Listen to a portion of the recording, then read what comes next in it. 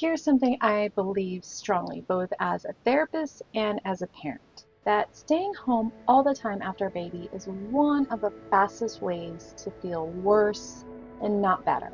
When your world suddenly gets smaller, your nervous system has less input, less variation, and just less points of connection to work with.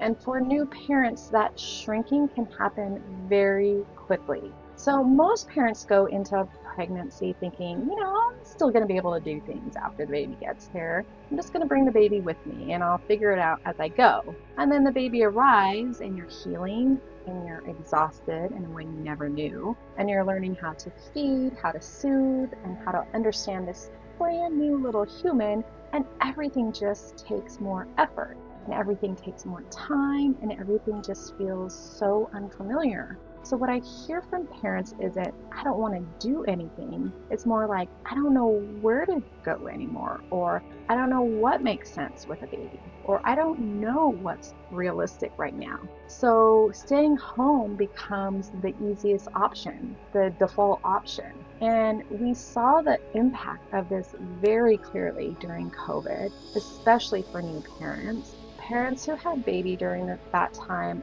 often had no visitors, no family support, no parent groups, and just no casual reassurance from seeing other parents. And many were home for months at a time with their newborns, doing everything alone. So that period made very clear was it wasn't the baby that made things so hard. It was doing everything without any support. And that experience just highlighted something that applies still today, that new parents don't need more information.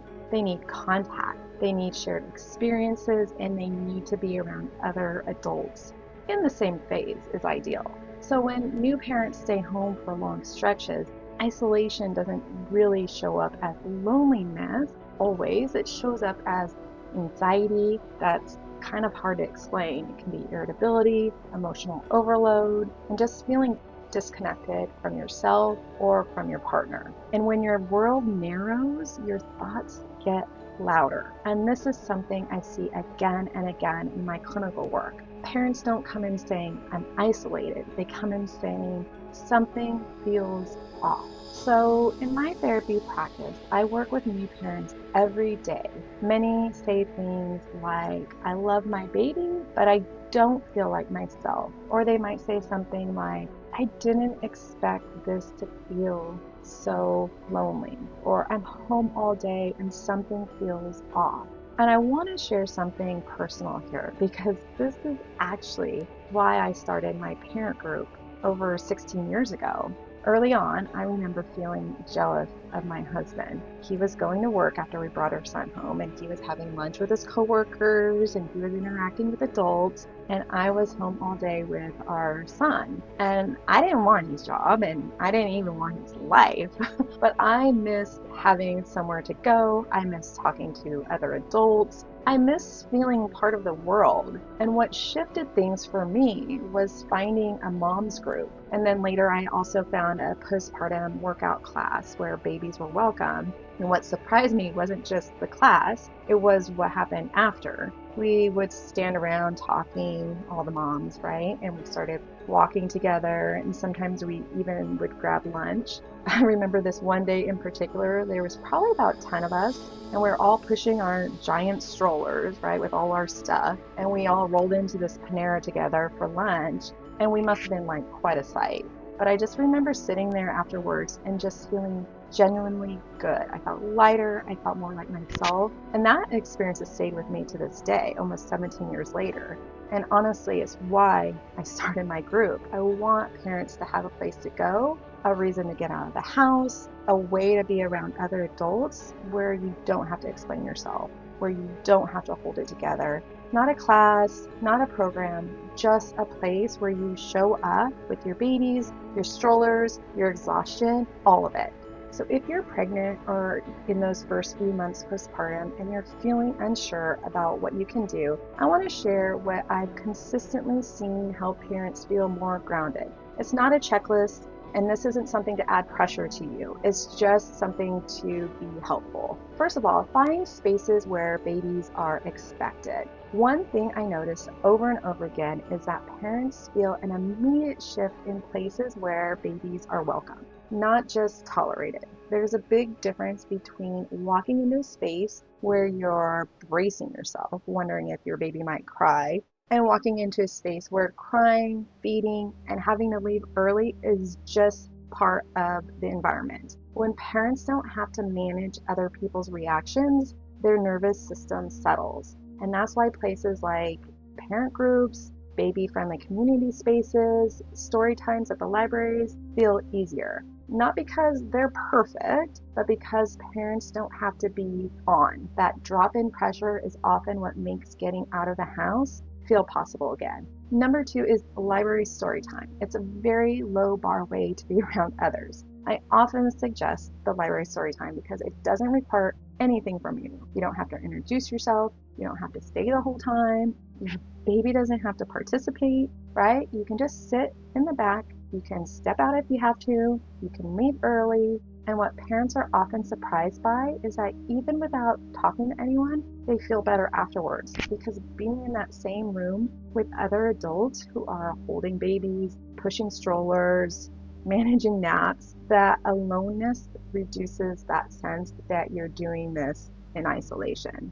And number 3, seeing other parents changes how you talk to yourself. One of the hardest parts of early parenthood is how loud your internal dialogue can get. When you're home all day, you don't get a lot of external reference points. So when you're around other parents, something important happens. You see other babies cry, you see other parents are tired, you see strollers piled up and bags everywhere. And quietly, without anyone saying anything, your system registers, oh, this is part of it. This is what's supposed to happen. So often that helps most. So often what helps most isn't advice, it's realizing this is part of the experience. Number 4, movement helps. When it fits real life, movement can be helpful for mood, but only when it's realistic. When movement requires finding childcare, coordinating schedules, or separating from your baby, it can often become another source of stress. But when your movement includes your baby, stroller walks, baby wearing classes, gentle postpartum workouts where you bring your child, it becomes more accessible. And parents often notice a subtle shift afterwards. Not energized, not transformed, just a little more settled, a little more patient, a little more themselves. And in this stage, those small shifts really do matter. And number 5, repetition is more helpful than variety. A lot of parents think they need to find lots of new things to do. And what I usually see help more is repetition. Going to the same park, the same coffee shop, the same place at the same time each week. That repetition reduces the decision fatigue you have to make. Your body starts to recognize the environment, and then over time, that familiarity makes getting out of the house feel easier and not harder. Number 6, parent meetups reduce that feeling of being the only one. Being around other parents, even without talking much, changes the emotional tone of the week. Parents often say, I didn't realize how lonely I was until I felt I wasn't anymore. And that's exactly another reason I started my parent group. Not to teach, not to fix, but to give parents a place to land.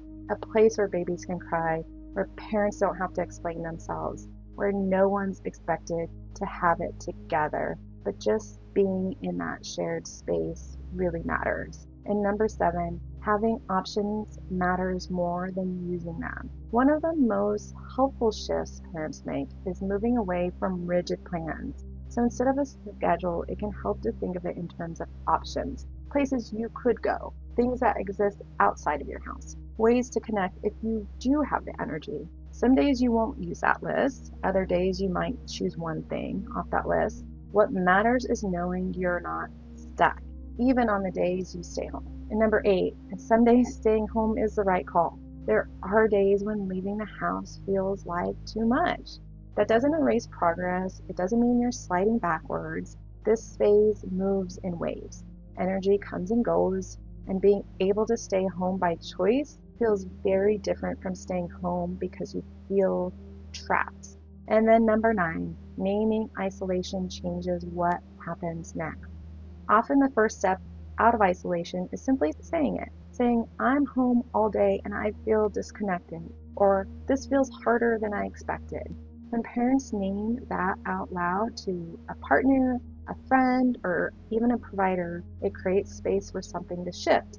Isolation tends to grow quietly. Connection usually starts with naming the need. So if you're a new parent and things feel heavier than you expected, here's what I want you to know. This is a massive adjustment. An adjustment requires contact, shared experience, and support. You don't need to push yourself. You don't need to optimize this phase. You don't need to do it perfectly. You need gentle ways to stay connected to the world while caring for your baby. If this resonates, I hope it helps you feel less alone and more oriented in a phase that can feel disorienting. New parenthood isn't meant to be done in isolation, and you don't have to navigate it that way. I'll see you next time.